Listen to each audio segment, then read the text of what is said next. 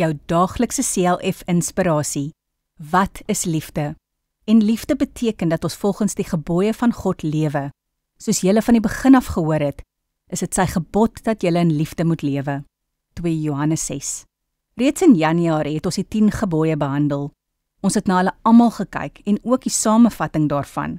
Daar het ons gesien dat ons eerstens God bo alles moet lief hê, en tweedens moet ons naaste lief hê soos onsself. Alles gaan oor die liefde. Die Here weet dat ons mense nie altyd in liefde met mekaar lewe nie.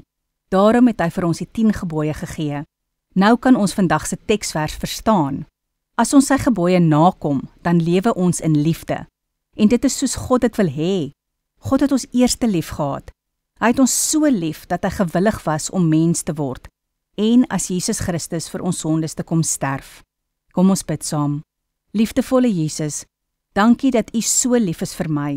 Leer my om elke dag in liefde met ander te lewe. Amen.